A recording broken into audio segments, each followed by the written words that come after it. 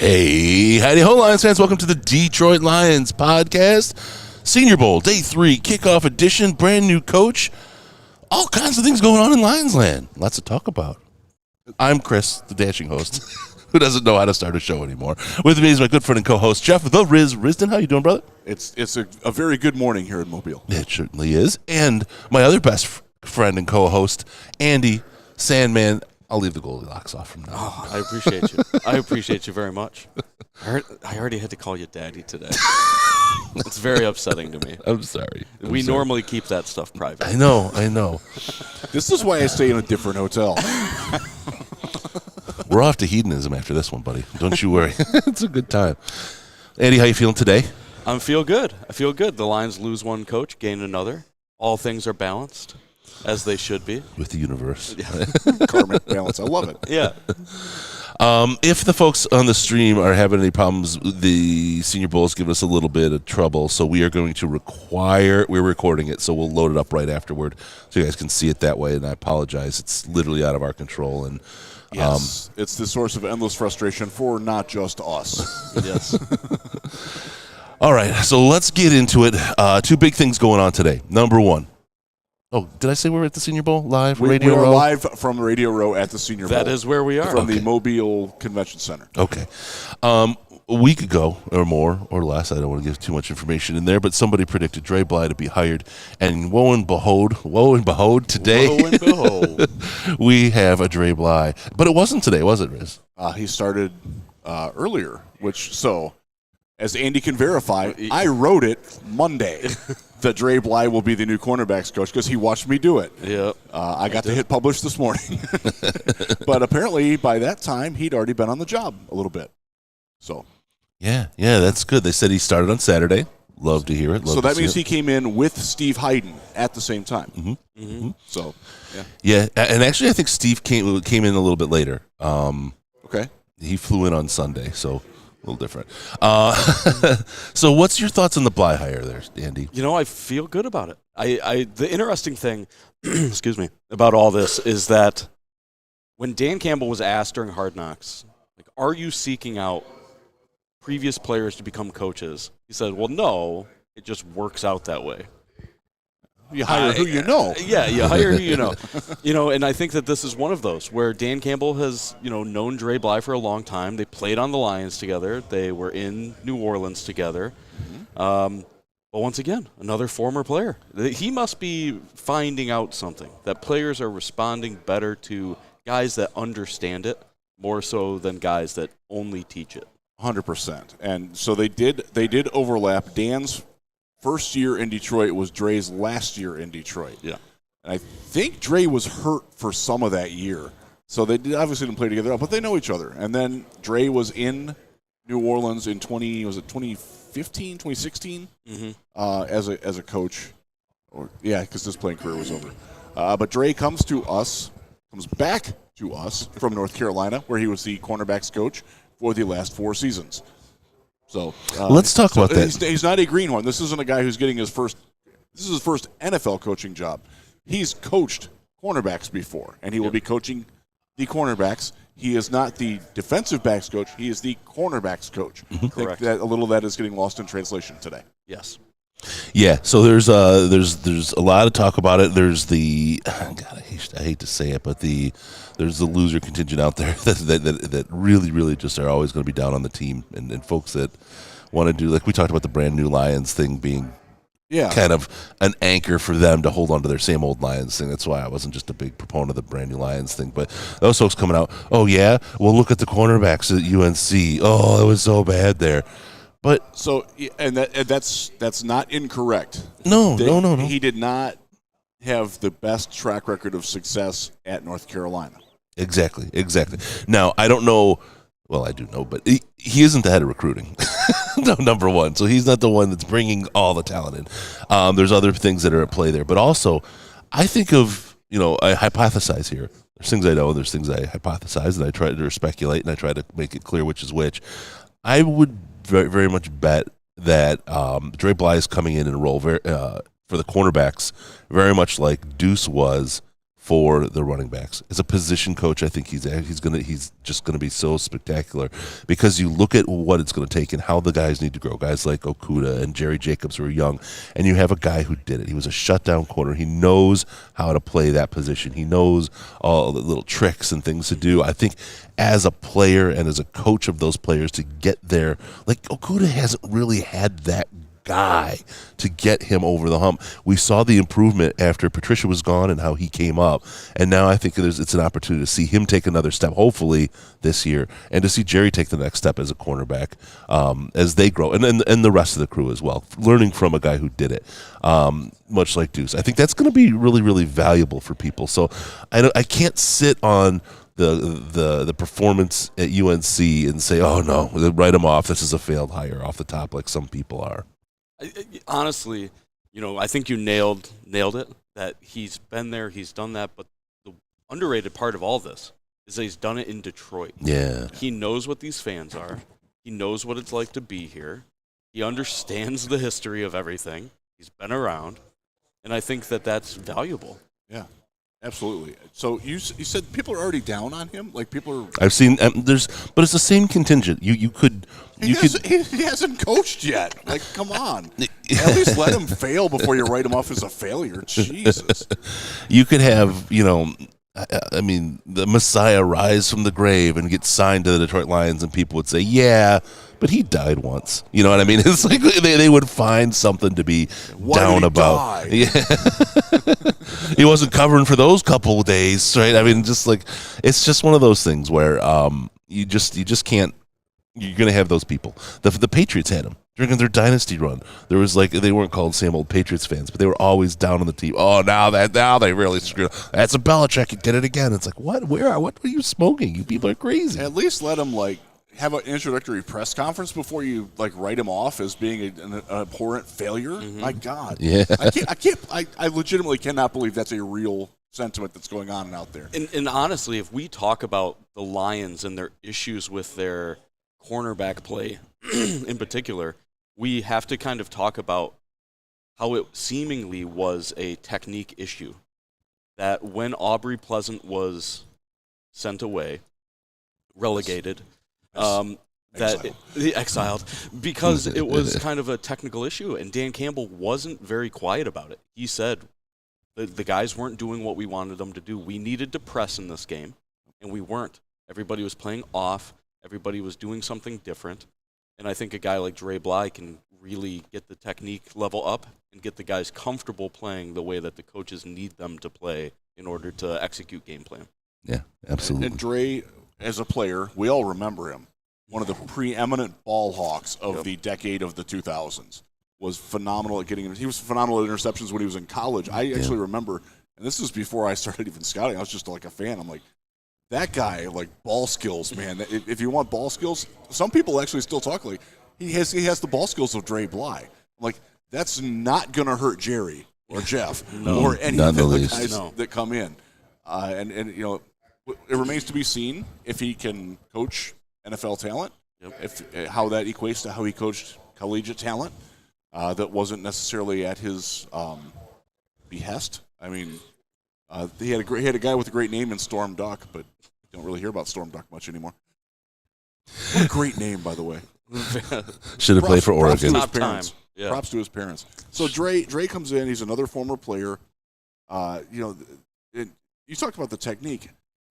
One of the things that Dre was really good at was baiting the technique. Like, you never knew, is he going to play off? Is he going to press you at the line, or is he just going to, shimmy, dance with you and make you control your release and make you go? He was great at that. Yep. And that's something that I think Okudah specifically can learn from, because Jeff's good, but he has room for improvement. And one of the ways is I think he kind of telegraphs what he's going to do. Like, if he's doing inside technique, he's not lined up square over. He's cheating inside a little bit. I don't think that's been corrected with him. I think that's something that Dre is going to demand he pay attention to. For sure. Yeah, absolutely. And I like the way they're going with this. He had thanked in his tweet Brad Holmes, Campbell, Coach Campbell, and AG. And the Ford family. And the Ford family, yes. Sheila in particular. In fact, he thanked the Ford family first. Yeah. Well, yeah, I did it in reverse order, I think. But so that was good. AG being in there. Is there anything to read in to the news with AG going to Arizona again, and the fact that he thanked him as part of his note here? I don't think that's. I think I'm not even sure that Dre wrote that, to be honest with you. Wait, hold up. Somebody wouldn't write their own tweets? With a check mark, that means they're verified. I mean, we saw a guy last night because we saw him. You sweet summer child. And a tweet went out, and we know he wasn't on his phone when that tweet went out because we were there. No, just saying. You can't be verified. It's you know what I'm talking about. It's really you. If it's a check mark, that's why the check mark's there. It's really you. Don't you know that? Oh boy! Oh boy! Oh boy! Silly rabbit tricks are for kids. Oh wait, are you saying someone hacked his account? I'm not saying. I'm saying. Thank you, Hack. I do not know Dre Bly. I've never met him, so I won't say that he didn't write it, but it's not uncommon for people in that position to have somebody pre-write those things for them, and then they send it out. Relay your sentiments to somebody and say, English that up for me. I do that all the time. I'm not saying that that's what Dre did here, but it wouldn't surprise me if that wasn't what happened. Yeah. No, I'm teasing. I'm a little bit more tea leaves reading into him thanking Glenn. Now, we talked about a little bit before the show that if Aaron Glenn leaves, it's not that he's going to stop doing his job before he leaves. So he may have been instrumental in getting Dre Bly here. He may have, pounded the table for him. We don't know. We're never really going to know. Correct. However, it does make me a little warm and fuzzy inside that Aaron Glenn's name was on there and that maybe we'll have some continuity going into next year. Yeah. I'm interested. I think you've got two former Pro Bowl cornerbacks on your coaching staff. Yep. That's gonna really sharpen things up for a cornerback room that needs some help and needs some coaching up, quite frankly. I think a lot of it is the do the right thing, kind of right manners and all that sort of thing, and you thank the people that are there then. And AG may have been instrumental and said, this is the last good move I'm going to do before I leave, but those are the people that are in those positions. You thank those positions, honor the positions, and move on. Right? It could very well be like a goodbye gift. I know the Lions want to hold on to Glenn if they can, and yes. I know that very, very much. And so hopefully they get what they want. If not, right, we've talked about a couple other options that are out there. I'm all in on Wilkes. Is there anyone else out there in the kind of defensive coordinator space that you would think of if Aaron Glenn was to be on his way out? I'm not sure that they would look outside for a defensive coordinator. That it's a weird time now. Mm-hmm. We're into February. It's Groundhog Day. Yeah. Happy Groundhog Day for those who celebrate. Because as we talked about off air, I actually do celebrate Groundhog Day. What would you be, like a hog theist? It's kind of a big deal for me. But yeah, we're getting to the point where it's tough to find people, and it's still crazy to me that both the Colts and the Cardinals, who are both still interested in Aaron Glenn, haven't hired people yet. Where are you going to find staffs? I mean, and if you're taking somebody with you, if AG leaves, even if you take one other assistant coach with him, that's a hole. And now you're in a time where if you're playing musical chairs, the music's already stopped for most people. There's just not that many chairs left or people to fill them. Mm-hmm. So that creates some logistical issues for creating your team, and I'm a little concerned about that. But finding guys out, if you're really good, chances are you're hired now, especially at a coordinator level. Mm-hmm. It's not a good time to be looking for a coordinator. So I kind of think they would almost have to go internal unless they have somebody in mind already that they've already worked with, and yeah, I don't know who those guys would be that are still out there. So the Colts are interviewing. So Aaron Glenn is in Indianapolis today on his second interview. Mm-hmm. He is the 8th person to interview twice for that job. The 8th. They seem very certain. So maybe somebody who also doesn't get that job, if AG gets it or if he goes to Arizona, is somebody who would be interested in coming to Detroit. The dude from Denver. I can't pronounce his name. I can see him. There's a couple other guys. He's not physically here. I'm looking into the ether. I thought he was hiding behind the groundhog. Yeah. He saw a shadow. I heard. Go Phil. Puxatawny Phil. Get the whole name in there. Give him the respect. Give him the respect he deserves. Mr. Puxatawny Phil. And someday in my life, I will go there on Groundhog. I've been to Punxsutawney, Pennsylvania. Not on Groundhog Day, though, sadly enough. To be fair, it's actually Dr. Puxatawny Phil. He had a TV show for a while. But go ahead. Now I'm thinking about, like, Punxsutawney. Sorry. No, so the long and the short of it is that it's going to be very difficult to find a coordinator if AG leaves. Yeah. So I would think that they're going to be looking internal on that. Todd Wash has coordinator experience. Kelvin Shepard, we all have talked about it repeatedly. He's a rising coaching star. He will be a coordinator sooner than later. It could be sooner. Just a guess. I don't know that. Yeah. I love Kelvin. I just think that he needs a bit more seasoning on the steak before he takes that jump. Yeah. I could be wrong. They could absolutely love him, but I think it's going to take a second. And Brian Duker is also a guy who moved up last year. He was the safeties coach. Then he took over Aubrey Pleasant's role as a defensive backs coach and passing coordinator. Maybe he's got that potential. He's a very well-respected coach. Yep. So. Yeah, I mean, I would so highly doubt that they don't have a long list succession plan. I'm sure they have everybody. an idea. Yeah. That Dan Campbell just doesn't seem We're like, not privy to it, but they got it. Yeah. And part of me is interested to see what happens if an Aaron Glenn leaves or a Ben Johnson leaves, and I don't want these things to happen. But how much of this team is Dan Campbell? It feels like more than previous teams. And I think one of the real indicators, if you talk about the tea leaves, one of the big indicators of how his hands are involved with the team was when Aylin was kind of downgraded and then let go, he was going to get more involved, and the offense started to rise and really started to take off. Then you had some problems on the defensive side. We had to let go of Aubrey Pleasant because he wasn't kind of in sync with the rest of the coaching staff. Dan said he was going to get his hands involved there, and that part of the team really brought it together and brought up. Again, we talked about this. The whole meathead idea about Dan, I think, is ridiculous. I think he may be a heck of a lot more of an X's and O's guy than even I gave him credit for. He really seems to have. And how could you not? To spend all that time with Sean Payton, who's demanding as heck as a coach, and you're his assistant, and he's putting those things on you. How if you don't learn and you can't do it, you're not going to be in that role as long as he was, right? No, and one of the things that I just want to bring up while we're kind of talking about it is that Dan Campbell got rid of Aubrey Pleasant. Mm-hmm. Yes, it was not an Aaron Glenn saying I think Aubrey Pleasant needs to go, and Dan signed off on it.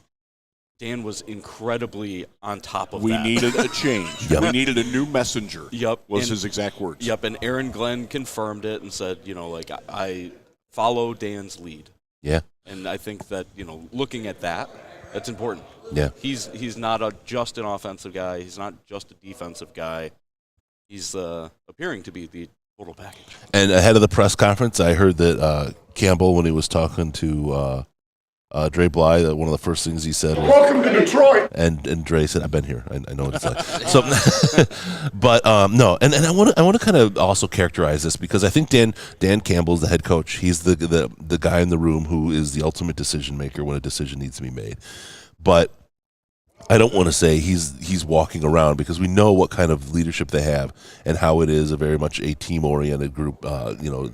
Talk about the servant leadership, but it is a group of people working together to come to consensus decisions, not yes men that you look for the devil's advocate to give you the opposing view of the thinking you're making, and you really check the facets before you move forward. We saw it in Hard Knocks as they went from like the lowest level evaluators all the way through the coordinators and to Holmes and Campbell to talk about it, right? They heard everybody's voices. And along the way, everyone learned, right? That's how you grow, by working with people better than you. You don't get better playing tennis by playing a toddler, right? Go play Andre Agassi and you're gonna get better, right? I mean, it's a silly example, but that's how you do it. You get challenged. And so this is great for the organization top to bottom. Well, this is, I think, how the coaching staffs are working as well and how they have this constructed.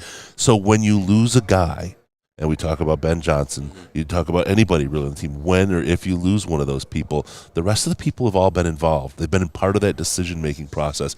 It's not such a vacuum created by one person being missing, and the group pulls together, and you move on from there. So while Dan, it's a weird kind of balance place he's in. He is the leader. He does impose, his thinking as in some of those spaces where he needs to, but it is still wholly a group effort, and he's not going to be blind to that input from the people that are down on the ground and see these things every day. So I think it's an effective style, and I've seen just in the turnaround from this team, we've seen some of the fruits of that work. We're certainly seeing like you talked about that they're not just like yes men. There's like that's become more and more evident the more I've been around people, even the lower levels of the team. They are empowered to say like, hey, like just in the draft scouting process, I had a conversation. I had some coffee this morning with someone, and we were talking about certain things. And one of the things that he said was like, that happened last year. Like there was, and this is not the other one that we talked about with the whole, whatever. But there was a player that they were looking at early in day 3, and one of the area scouts was like, "Look, guys, I know you like him and I know you like him, but I'm really not comfortable with this player. I don't want him here." And his empowerment, like they considered it, and they wound up passing on him. Yeah. And he wound up being they actually passed on him twice because he wound up being drafted like 2 rounds later.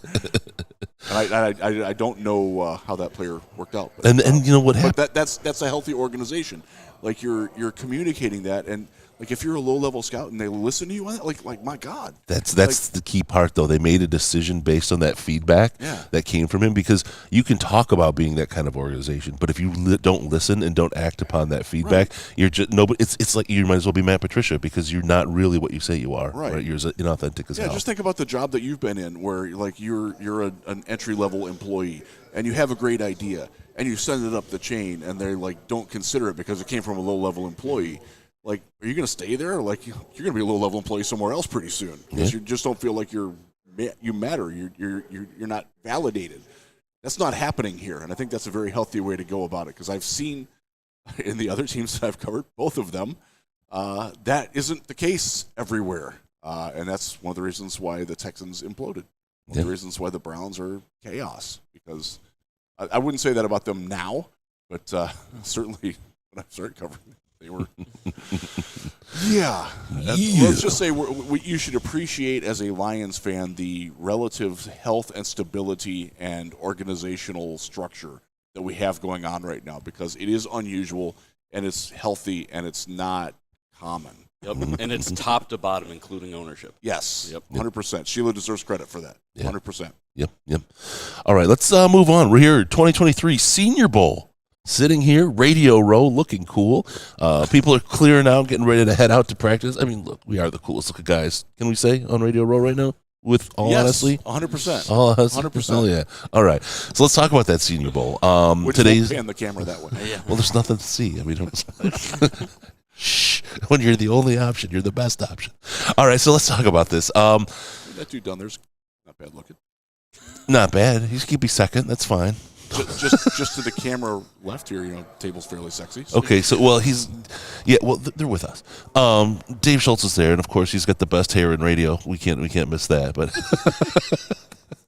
all right, let's talk about the Senior Bowl today. Riz, we're out there last day of practice, watching the game from home, all of us, because why be here for the game, right? You're not here for the game. It doesn't make sense. It is a little colder today. It's only going up to like 60, and it might rain too. It might give us that old town Mobile Senior Bowl. I am actually wearing pants right at the moment, which is kind of sad, but it's okay. Don't ruin the illusion. All right, let's get into this. What are you looking for today in day 3, Riz? I am looking for specifically guys who are good one day and not so good another day. Clayton Tune from Houston is a good example, the quarterback.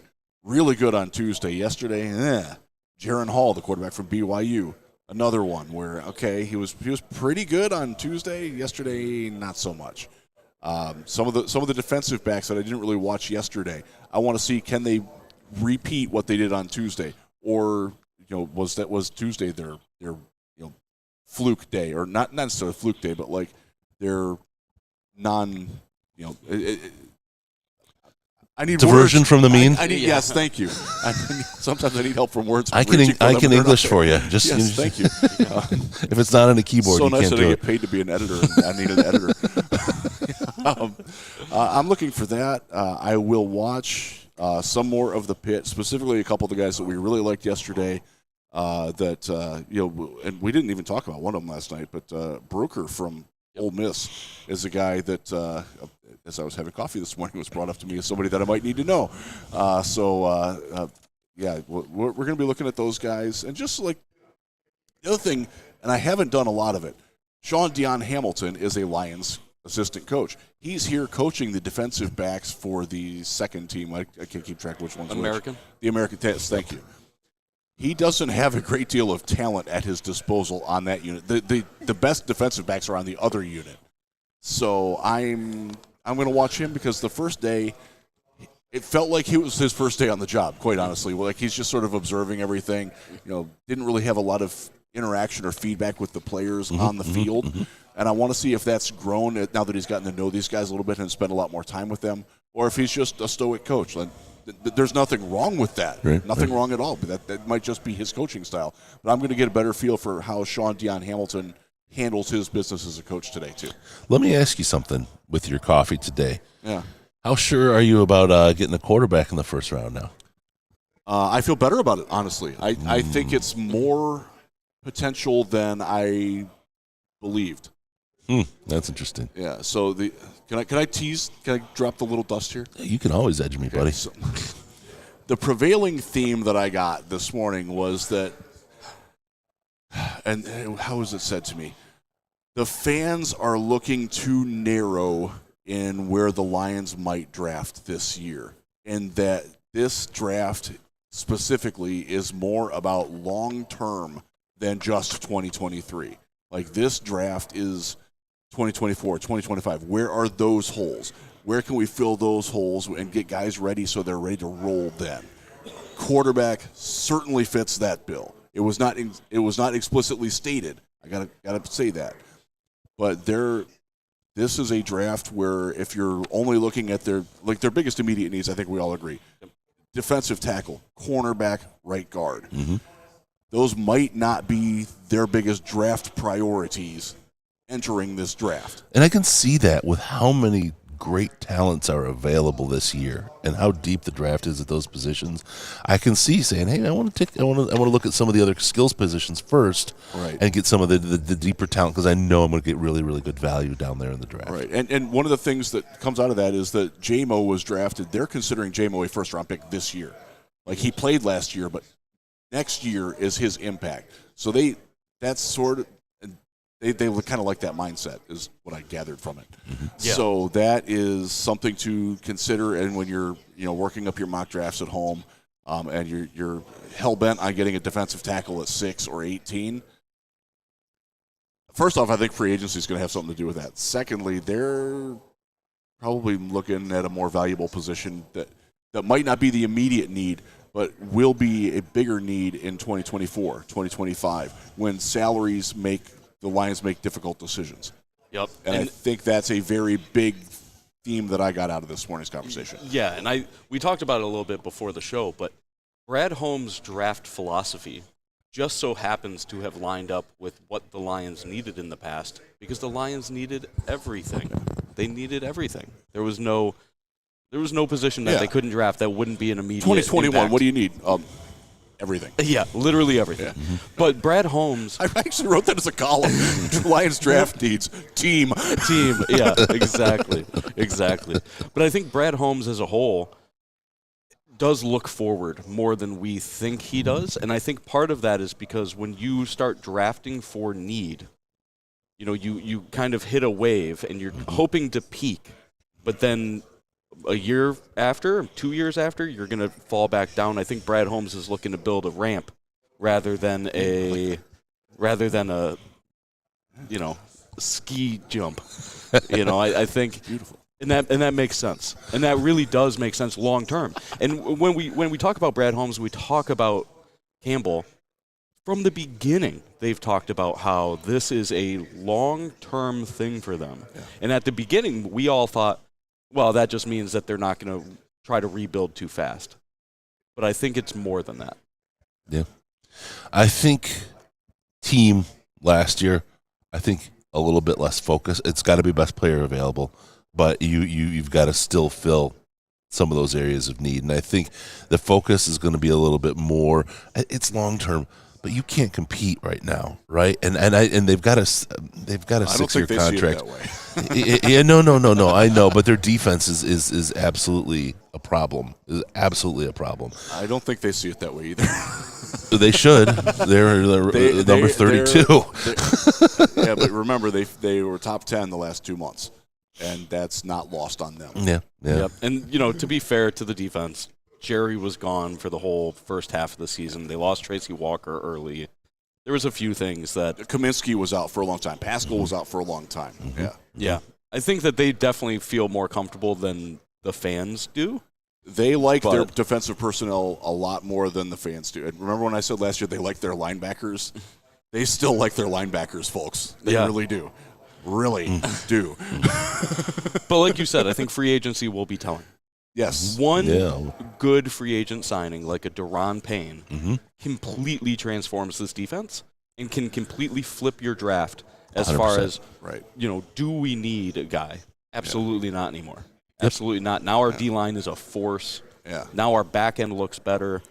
We can do a lot of. And that's why I'm kind of the mind right now that they're taking a broader look at all the talent, and they're just building their board, and they're ranking their pieces, and they recognize they don't have the full picture. Yes. When they get through free agency, then they can start looking at some of these other things. But I don't think there's a real strategy put in place yet to do. They're going to be so, and Brad talked about it in his last meeting with us in the media, that they're going to maybe open the door a little bit more in free agency. And I did not have that conversation this morning. I won't misrepresent that, but that's what I take away from it too, is that you're going to see more, not necessarily higher end free agents, but more like next tier down from that free agent consideration this year. Like, it's not just going to be, we're bringing back Anzalone, we're bringing back, who else did they bring back last year? Jamal. Yep. Guys like that. Like, they're going to go a little bit higher up the food chain because they absolutely believe they're in a position where they can capitalize on it, and that their window is opening, and adding pieces to that will help. And can I really quick for the people whose hair is on fire? Build a team through the free agency, but you do get free agents every year. Yeah, absolutely. And you button up your team with those players. And Chark was a try-on. I hope we re-sign him, and I think it's possible that we do. It's very possible that we do. But no, you don't build your team through free agency. We're filling holes. We're gapping up some stuff, but it's still a part of how you build a team, and you leverage it to your advantage, and that's what's going to happen. Who's on the Eagles? Darius Slay. Ndamukong Suh. Yes. They're fairly homegrown, but they have added a lot of free agents. They made the huge trade to get A.J. Brown. Yeah. That was their difference maker. Yeah. You don't just build through the draft. When you do that, you're Cleveland. It doesn't work. Trust me, I've been there. Certainly a difference maker against the Lions there. He killed us. So I think it's a blend. It's a blended approach, and I think there's a wide net, and I think the coffee mate, and I wasn't there, so I'm just recharacterizing it a little bit. But I think we did not talk much free agency. So but I think the idea might even be behind. People are focused on these specific positions, but there's a lot of things that have to happen, and there's a wider scope of vision out there for what they're looking at. It's just me recharacterizing it, not being there. So, Andy, what are you looking for today in Senior Bowls? I'm very similar to Jeff, that we saw a lot of up and down yesterday, even on the defensive line, where guys were winning one-on-ones Tuesday, were losing one-on-ones Wednesday. I'm definitely interested to see who's going to step up in the final practice, really show off, and get their hands dirty. But I think, one of the positional groups that I think I'm going to look at extra today is going to be the linebacker group, because, yesterday they did a lot of one-on-ones with the linebackers, and that was very telling. Talk about that drill that we watched, by the way. Oh, which there was a bunch of drills I really liked. The pass breakup drill. The hammer drill. Oh, the pass breakup drill. Yeah, I really, I don't know who's coaching that staff, to be honest, because they really haven't done a good job of telling us who's. And they don't put it on the roster. No. Yeah. But they did a bunch of awesome drills yesterday that really kind of showcased kids' talents while also helping them learn, which is kind of what this is all about. Right. They had running downhill, batting passes. They had a bunch of drills about fumble recoveries. Yeah, they spent a good amount of time on that. Yeah, that was a cool drill. It was cool. That was really, really cool. Yeah, the coach was basically hitting the ball onto the ground, and the guy was having to kind of grab it like one of those from a movement bounce, place. And it's one of those things that I've never seen it before, but it really showed natural athleticism. There were guys that didn't slow down at all when they were bent over at a full 90 degrees to pick a ball up off the ground. Yeah. Pickens from South Carolina, the giant dude, like he like scooped it up like oh, that's my baby. It was gone. No problem. Then you saw other guys that would bend over to do it, and they would have to basically stop and then restart. And the one dude from Oklahoma fell over. And that was fun. But and you do that drill, and it's so good. And you think back to what's the advice they give those guys every time on this hole? Just fall on it, right? Just fall on it and hold it, and that's it. And these guys, they're evaluating. Probably, if they're on your team and you're running them through the drill, you're evaluating like, okay, Andy, you pick up the ball and run with it if you can, right? Mm-hmm. Is just fall on it. Okay. Chris, don't touch it. You're gonna break your sternum if you try to fall on it. No, but it was really, really a great drill, one I hadn't seen before. I really liked you're establishing, different talents. They're learning from it as well. But you nailed it, Andy. That was great. Thanks for the push there. But I think, it's one of those things that it's a functional drill. But it's also something that we don't see often because teams, I feel like, just kind of expect it. Like you're a defensive lineman or a linebacker. Yeah, put your hands up in the passing lanes. Put your hands up. But you don't care. There are people that do it much better than others, and I don't know why. Yeah. Why doesn't everybody think about this? The other one that I liked was the pass breakup drill that the linebackers were specifically going through, where they had the giant dummy and the throw in. Yes. And they had to reach around and get a reach around.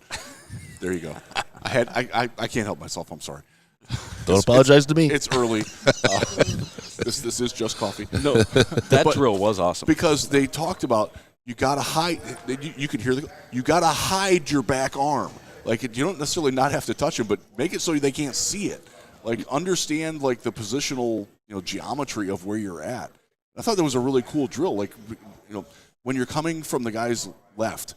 You don't lead with your left hand. You break it up with your right hand because you're reaching further, but you have your left hand like maybe on him, maybe holding his jersey a little bit. Like, balancing yourself. They were teaching that, and I'm like, that was really cool. So it was neat to see them getting that sort of instruction. And for a couple of the guys, it was clear they'd never been taught that before. Yep. And that sort of shines light on what you guys are talking about. Like some of these guys are going to get to the league, and they've been just not coached the way that the NFL players need to be coached in the college level. And it's not their fault. Yeah, But it still impacts you if you draft them. But the thing that came out of that, though, there was instant results that we saw, and it was the only one all day. In the scrimmage, there was a blocked pass. There was. And I didn't see who did it. I just saw it was a volleyball rejection style block, right? I mean, it was like a full hand on the ball, and like, no! It was great. It was really well. So instant payback for that kind of work. That was cool. Yeah, and we actually did see the linebackers as well in one-on-one drills kind of utilizing that technique. They were trying. Of the diving in front. Yep. You're not facing the ball anymore, but you're getting your hand in the passing lane, and if you miss it, the other arm is still there. Yeah. Yep. And, of course, Henley was a superstar out there. I mean, gosh, I love that kid a lot.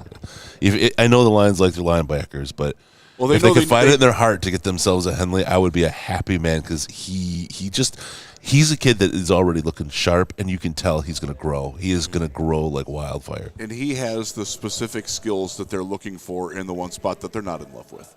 Correct. Yeah, you're right.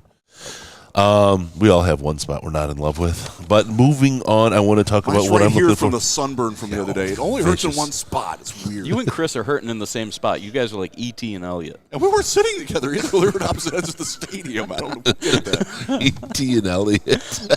Turn on your heart light. It took a second. Home. Ouch. I don't want to do the flight. Just give me a flying bike. All right.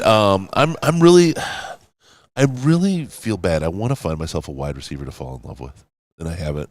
So I'm hoping to find someone today, but I don't think I'm going to have the kind of love that I have from the previous Senior Bowls. Knowing just because you, it's so quick. Watch Rashee Rice today. Knowing you. I'll find my guys. I've really enjoyed, though, watching the linebackers and the offensive and defensive lines, and it's really about now finding that consistency. Those who, as we talked about, those who've been down, can they come back up? Can they pick themselves up? I'm still just absolutely excited to see my guy from Tennessee. Yeah, my guy Darnell Wright. Sorry, I'm terrible in the morning. There's so many names on that list. It's impossible. Like it's. Yeah. I just keep chewing through them, right? And I know him. Darnell Wright is just the guy. I love him, and I want to see him today. The other guy I want to see is man, it's on the other side. Wouldn't you know it? My guy Elijah Higgins. I want to see what we got here because he didn't have a great day yesterday. I want to see him. See if he can elevate today because he's got all the athleticism, all the tools that you need from a guy at a tight end. I just want to see him pop. I want to steal one thing because we have been on long snapper watch. Have we not? we have been on long snapper watch because it's a sneaky need. I will identify who these long snappers are. First round long This is literally all I know about them. Robert Soderholm from VMI, and on the other squad, on the American squad, we have Alex Ward from UCF. That's who the long snappers are. Yeah. Therein ends my long snapper scouting. So yeah, go onto YouTube, find their highlight tapes, put it on, and then go watch Don Mulback's highlight tape that I put out 10 years ago, and compare and contrast. I will say, the Lions at least need competition in there for Scott Daly, who is he is an exclusive rights free agent. Yep. So he'll be back at the league minimum, but that means that you can get rid of him for nothing. Because Daly didn't have a great year last year. No, there's a lot of. He was literally perfect in 2021. 2022, not so much. Yeah. Jack Fox earned his money. Yeah, he did. He saved a lot of field goals. Yeah. So and last one, the other guy we interviewed. I mean, you did a great job pulling the right people for us, but Richard Gurridge from Florida.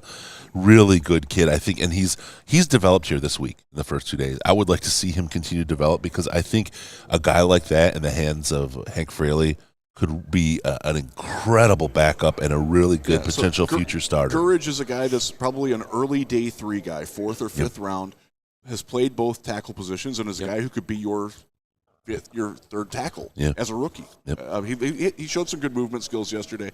You're certainly not going to bull him. No, you are not. No, you are not. We saw a couple guys try. Yeah. And he's long enough that he just separates, and then it's one of these. Yep. Gurridge wasn't perfect yesterday. He had a couple of reps that he lost, but that happens. Especially here. Yeah, especially here. Yeah. The last guy I want to see some improvement from is a guy I frankly expected more of, Isaiah Foskey. I would like to see him become a little bit more dominant today because he hasn't kind of lived up to the hype that he had coming in. So he does the move that I really dislike where he spins but then stops. So literally the tackle is blocking his – he did this several times yesterday. Yep. His back is being blocked, which I understand his methodology for it. Like, okay, I can feel where his pressure is and I can spin that way. But he doesn't spin. Dude, you gotta okay. It's nice that you have a plan. Have a plan of action. Yeah, it's implement it. It's a hit, rotate, right, and then you're still in the same spot you were a second ago, except you wasted movement and power. Yeah, because you watch KJ Henry of Clemson does the same move, but he spins out of it quickly, and he knows how to win out of it. Foskey just doesn't have that kind of twitch. Yeah, it's like a spin and dip. Yeah. Yep. All right, with that, we've got a Not short spinach dip, but spin and dip. We have a short coming up for Ash launching on YouTube that the folks who it's great. If you haven't seen it, we're releasing this because the Senior Bowl Wi-Fi was so bad, so we're releasing this as a recording.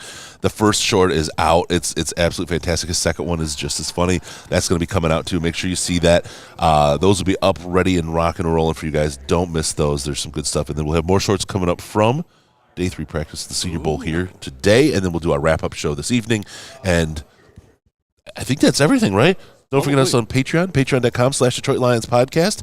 $5 minimum donation a month will get you access to the Slack chat, the most intelligent Lions chat on the internet. Also on Twitter at DET Lions Podcast, DET Lions Podcast. Give us a follow, pants free all the time.